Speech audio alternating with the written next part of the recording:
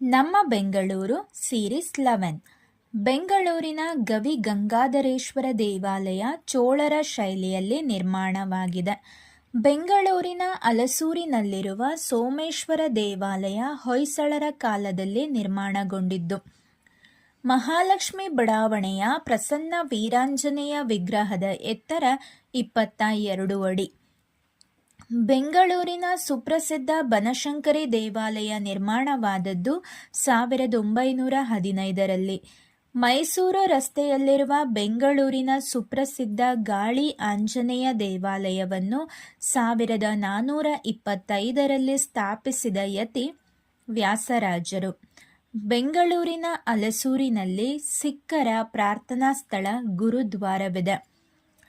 Trinity church ಸುಮಾರು 151 ವರ್ಷ ಹಳೆಯದೆಂಬ ಅಂದಾಜು.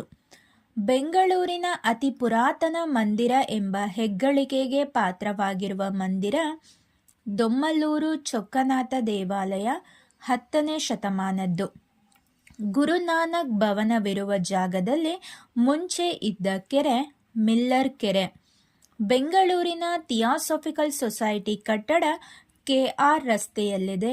ಈ ಕಟ್ಟಡದ ಮೇಲೆ ಸತ್ಯಕ್ಕಿಂತ ಮಿಗಿಲಾದ ದೇವರಿಲ್ಲ ಎಂಬ ಧ್ಯೇಯವಾಕ್ಯವಿದೆ. ಹಡ್ಸನ್ ಮೆಮೋರಿಯಲ್ ಚರ್ಚ್ ಆರಂಭವಾಗಿದ್ದು 1904ರಲ್ಲಿ. ಸುಪ್ರಸಿದ್ಧ ಬನಶಂಕರಿ ದೇವಾಲಯ ಕನಕಪುರ ರಸ್ತೆಯಲ್ಲಿದೆ.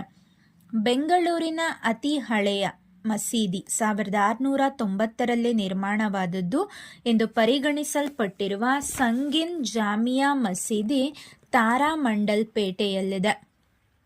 ಸುಪ್ರಸಿದ್ಧ ಗಾಯತ್ರಿ ಮಂದಿರ ಬೆಂಗಳೂರಿನ ಯಶವಂತಪುರ ಬಡಾವಣೆಯಲ್ಲಿದೆ. ಹೋಲಿ ಟ್ರಿನಿಟಿ ಚರ್ಚ್ ಬೆಂಗಳೂರಿನ MG ರಸ್ತೆಯಲ್ಲಿದೆ.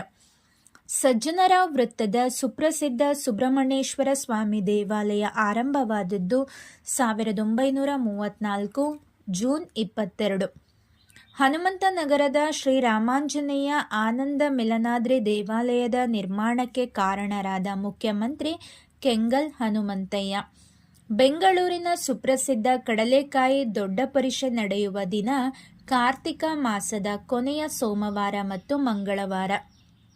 ಸುಪ್ರಸಿದ್ಧ ರಮಣ ಮಹರ್ಷಿ ಆಶ್ರಮ ಬೆಂಗಳೂರಿನ ಮೇಖ್ರಿ ವೃತ್ತದಲ್ಲಿದೆ. ಸಂಕ್ರಾಂತಿಯಂದು ಅಪರಾಹ್ನ ಬೆಂಗಳೂರಿನ ಗವಿ ಗಂಗಾಧರೇಶ್ವರ ಶಿವ ದೇವಾಲಯದ ಪ್ರತಿಮೆಯ ಮೇಲೆ ಸೂರ್ಯ ಕಿರಣಗಳು ವಿಶೇಷ ಪ್ರಭೆ ಬೀರಿ ಪ್ರಕಾಶಿಸುತ್ತವೆ. ಸುಪ್ರಸಿದ್ಧ ಕಾರಂಜಿ ಆಂಜನೇಯ ಸ್ವಾಮಿ ದೇವಸ್ಥಾನ ಬಸವನಗುಡಿಯಲ್ಲಿದೆ. ಕೋಮು